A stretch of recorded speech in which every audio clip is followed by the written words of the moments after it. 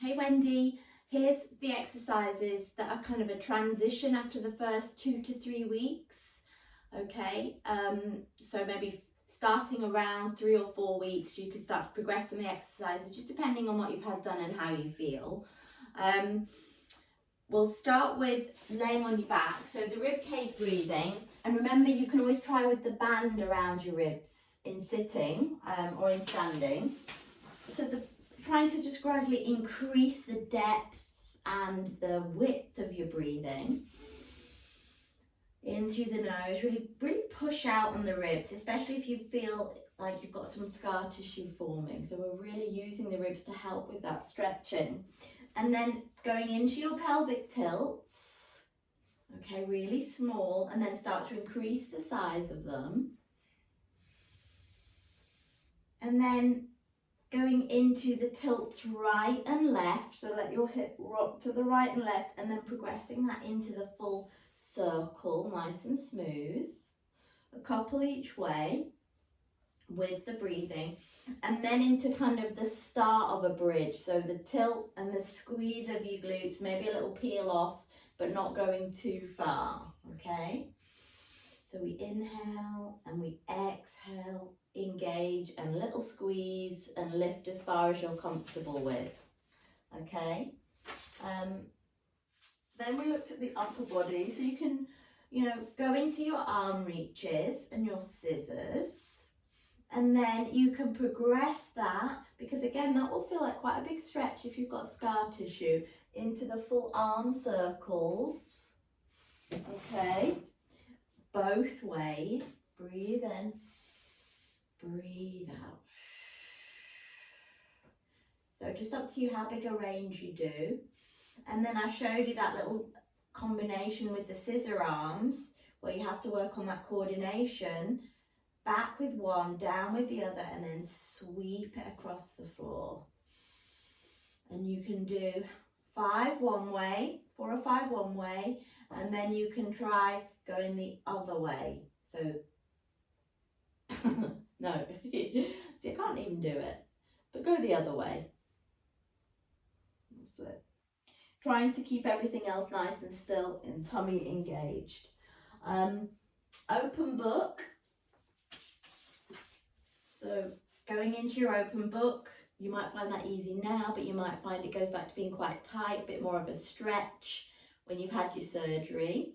So your open book stretch is maybe into the Y, and then the hip rolls, getting that nice diagonal stretch across your body. And again, keep it really small to start with, and then gradually increase how far your knees are going towards the floor. And then to wake up those core muscles again, feet and knees hip distance apart, neutral pelvis. Focus on engaging those core muscles, keeping your hips nice and still. Then really lightly slide the right leg out. Draw it back in. Now as you change legs, really careful to not let your pelvis move. So keep the tummy engaged.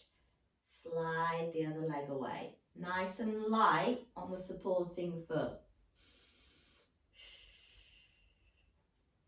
And then the other one with that is the lateral stability. So trying to keep your hips still again, but going out with one knee, bringing it back, and out with the other, without this other side moving, without your pelvis rocking. So you breathe in, you breathe out,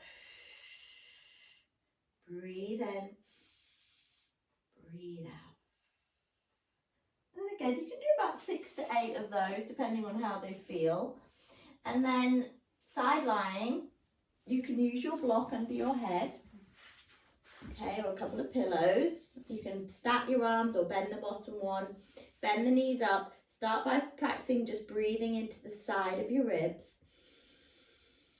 And then practice as you exhale, just trying to rock the rib cage round a little bit. So just turn really slightly, little rock of the ribs, and then bring it back. So if it's too much to move, you can just focus on the breathing. If you're able to get a little bit more of a rotation, by about your 4 to 6 week mark, you'll be able to gradually ease all the way into that. And then if you can, do that on the other side, depending on how you're feeling lying on your sides.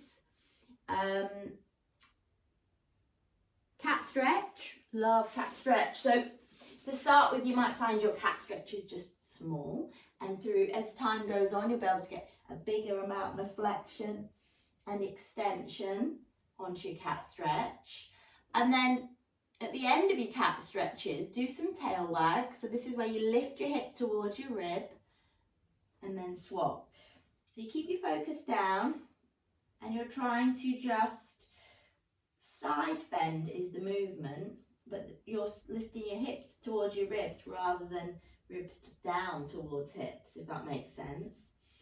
So 4 of those, and then into thread the needles, breathe in and breathe out to twist, bring it back and alternate arms.